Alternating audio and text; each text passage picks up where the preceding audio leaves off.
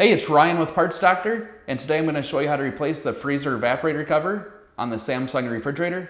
You'll need a few different tools for the job. We'll leave those listed in the description below. Let's get started. For this repair, unplug or disconnect power to the refrigerator. The first thing that you'll need to do is open up the freezer drawer. Next, remove the upper freezer tray assembly by pushing it to the rear, lifting the wheels out of the slots, and then lifting up on the front to remove it. Next, remove the freezer box tray by tilting the rear and pushing back to remove it from the front slot. Then tilt forward and lift up to remove. Next, remove the 4 10mm bolts. There are 2 on each side. Next, we can remove the freezer door by grabbing both sides, lifting up to remove the door brackets from the slide rails, and lifting out to remove. Next, remove the retaining pin from the gear shaft by simply pulling it out. Next, remove the gear shaft by sliding it to the right, then lifting up on the left side and sliding it out to remove it. Next, remove these 2 Phillips screws.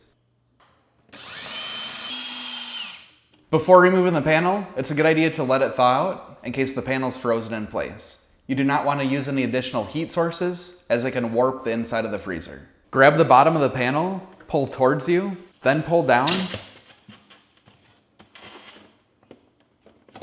Be careful as the top is still connected by wires.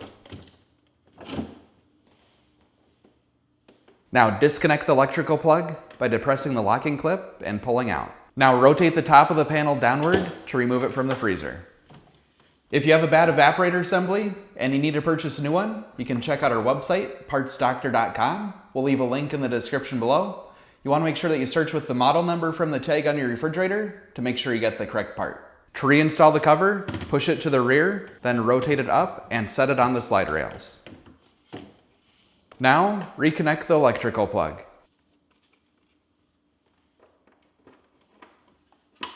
Now, insert the top of the cover into the slot in the ceiling, then push the bottom parts until they snap into place.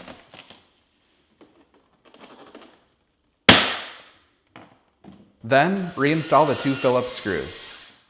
Next, fully extend the freezer drawer slide rails. Take the end of the gear shaft with the hole in it and insert it into the right side. Then align and insert the left side. Now, reinstall the retaining pin. Next, reinstall the freezer door by aligning the tabs on the door brackets with the slots on the freezer glides and setting in place. Now reinstall the 4 10mm bolts. Next, reinstall the freezer box tray by inserting the back first, tilting the front forward into the slot, and then setting it in place. Next, reinstall the upper freezer tray by tilting in the rear and setting it down onto the freezer box tray. Now push it to the rear and then pull it forward to make sure the wheels are locked in place.